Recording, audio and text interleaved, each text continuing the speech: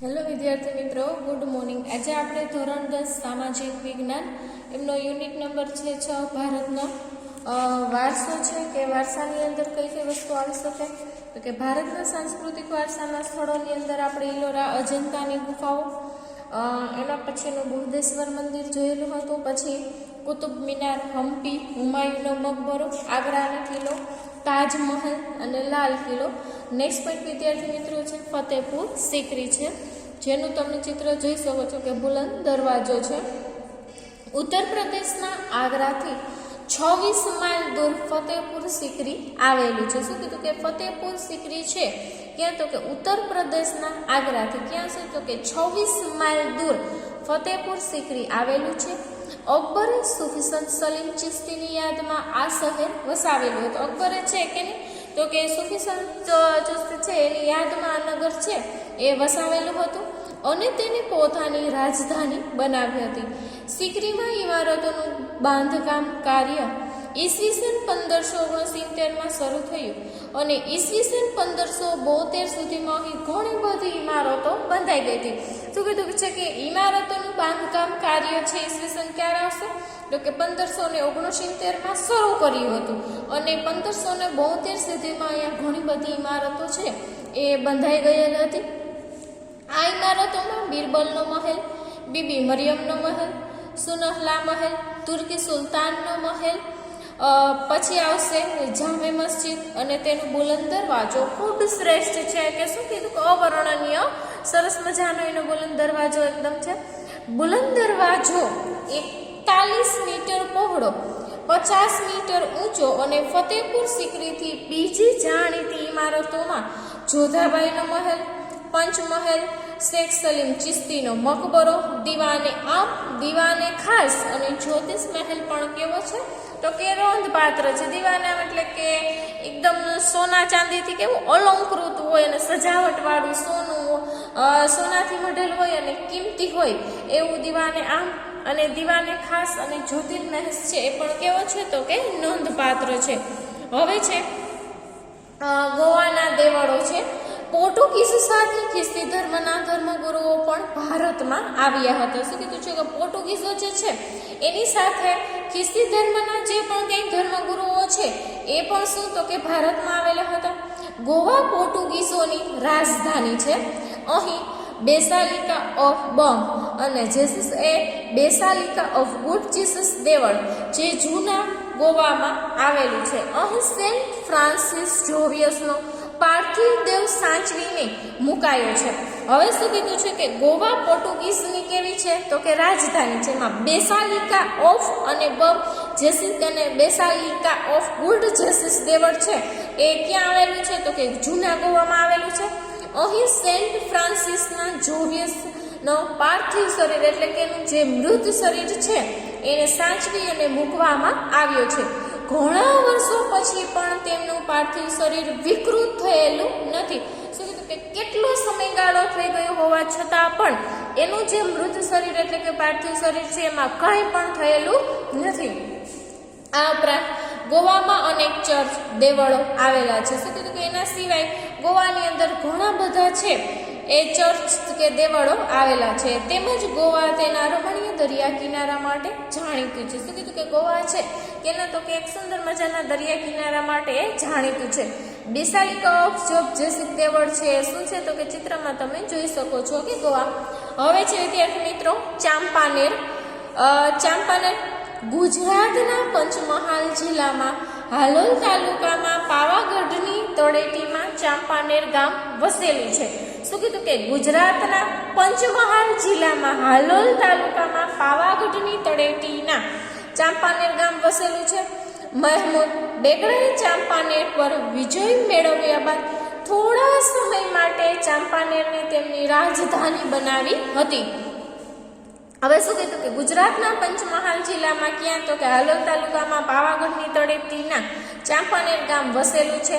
મહેમૂદ બેગડાએ ચાંપાનેર પર શું કર્યું? તો કે વિજય મેળવ્યા બાદ થોડા સમય માટે ચાંપાનેરને શું કર્યું? તો કે તેમની રાજધાની બનાવી હતી અને તેને મુહમ્મદાબાદ એવું શું છે? તો કે નામ આપ્યું હતું. ચાંપાનેરમાં મોતી મસ્જિદ, જામી મસ્જિદ અને ઐતિહાસિક કિલ્લાઓ પણ આવેલા છે. ચાંપાનેરની સ્થાપત્ય કલા અને ઐતિહાસિક મહત્વ ધ્યાને લઈ યુનેસ્કોએ તેને ઈસવીસન 2004માં વૈશ્વિક વારસાના સ્થળોની યાદીમાં એમનો સમાવેશ કરેલો છે. શું કીધું છે કે યુનેસ્કોએ ક્યારે આવશે તો કે 2004માં વૈશ્વિક વારસાના સ્થળોની અંદર ચાંપાનેરને યાદીની અંદર લઈ લીધેલું છે. હવે છે ગુજરાતના સાંસ્કૃતિક વારસાના સ્થળો.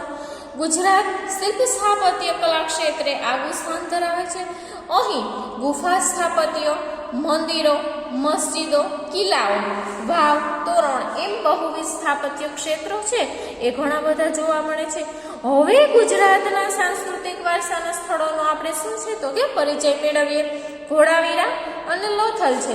ઘોડાવીરા અને લોથલ બંને સિંધુ સભ્યતાના નગર હતા. શું કીધું કે બે છે એક જ સંસ્કૃતિ આવશે તો કે સિંધુ સભ્યતાના નગર હતા. ઘોડાવીરા કચ્છના ભચાઉ તાલુકાના ખદીર બેટમાં આવેલ છે. ઘોડાવીરા તેની આદર્શ નગર રચના માટે અને હડપ્ય સંસ્કૃતિના વેપાર વાણિજ્ય કેન્દ્ર માટે ખૂબ જાણીતું છે. શું કીધું છે કે કચ્છના ભચાઉ તાલુકાના ખદીર બેટ પાસે આવેલું છે. ઘોડાવીરા તેની આદર્શ નગર રચના માટે અને હડપ્ય સંસ્કૃતિ અને કેના માટે જો કે વેપાર વાણિજ્યના કેન્દ્ર માટે એ જાણીતું છે.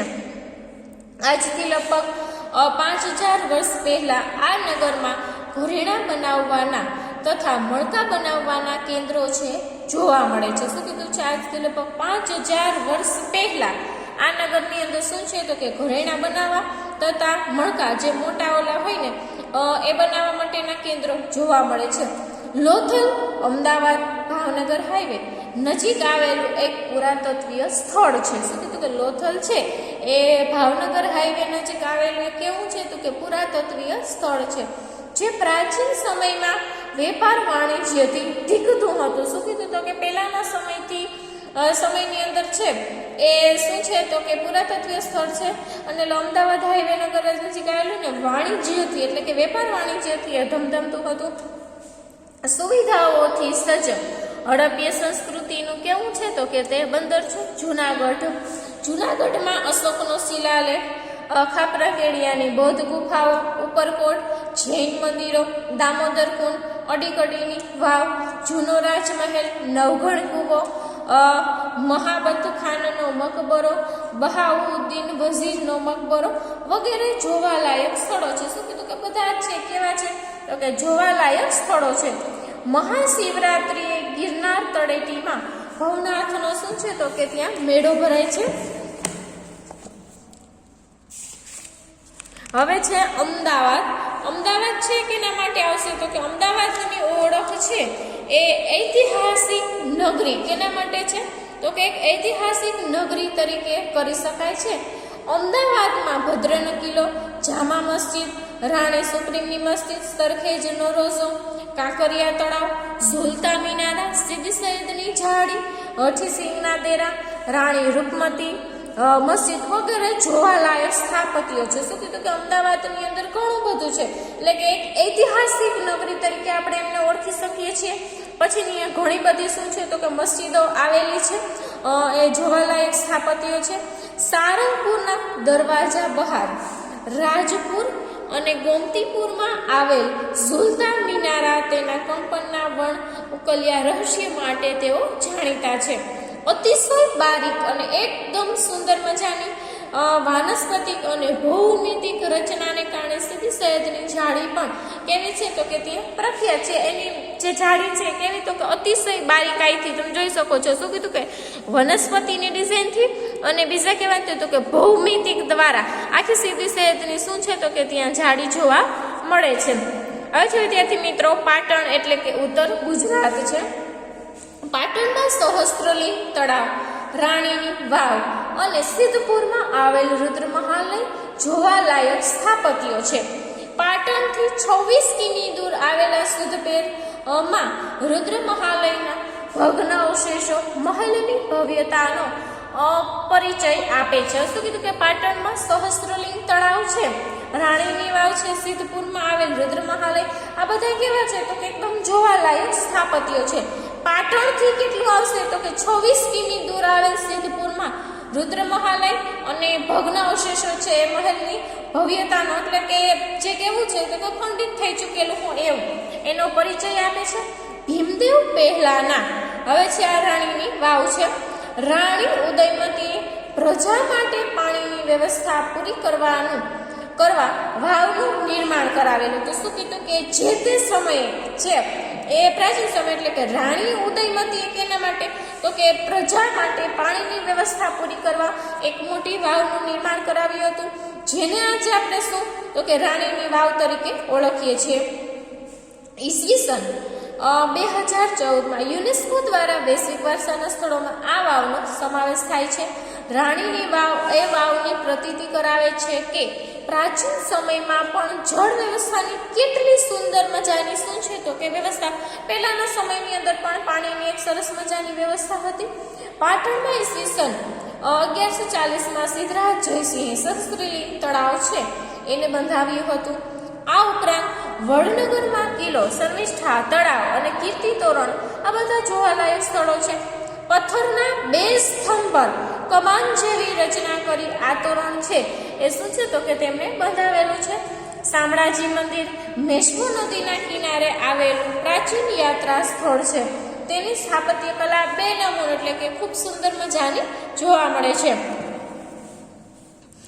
ક્ષત્રિય કાળ દરમિયાન ગુજરાતમાં કેટલાક સ્તૂપ અને વિહારોનું પણ નિર્માણ થયું છે, જેમાં જૂનાગઢ જિલ્લાના બોરદેવી તથા શામળાજી નજીક દેવની મોરી, જૂનાગઢ ગિરનારમાં ઇટવા બૌદ્ધ સ્તૂપના અવશેષો પ્રાપ્ત થાય છે. શું કીધું કે જૂનાગઢ જિલ્લાના બોરદેવી તથા શામળાજી નજીક દેવની અંદર જૂનાગઢ ગિરનારની અંદર બૌદ્ધ સ્તૂપ, આ બધા જગ્યાએથી શું છે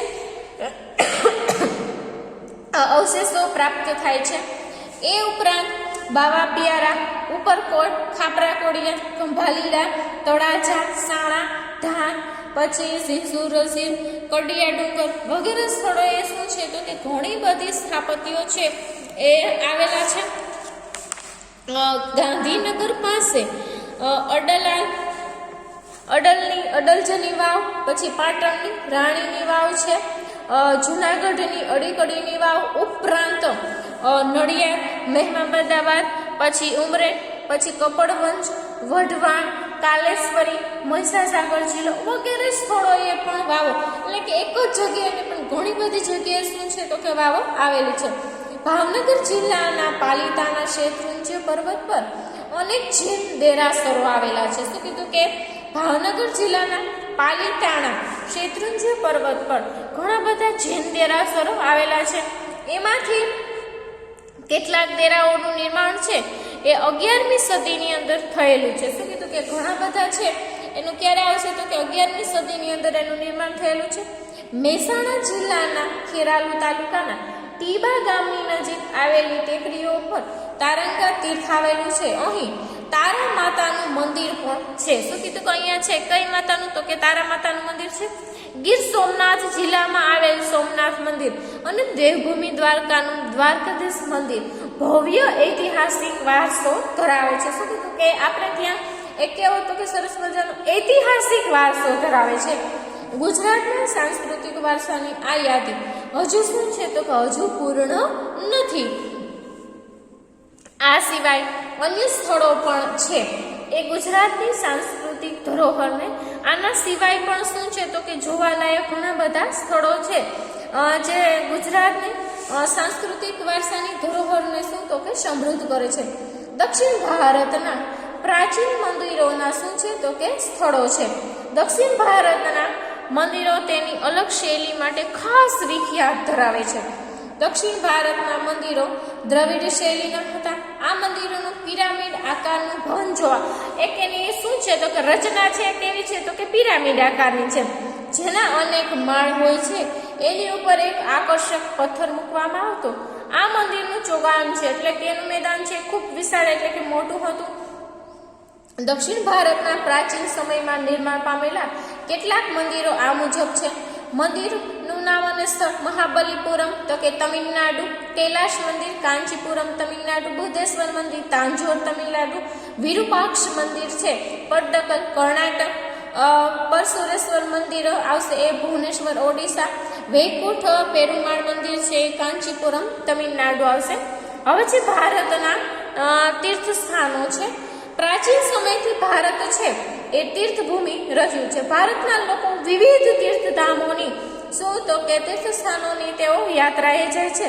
ભારતના 4 ધામની યાત્રા અને 12 જ્યોતિર્લિંગની યાત્રા છે ખૂબ પ્રચલિત છે, એટલે કે ખૂબ જાણીતી છે.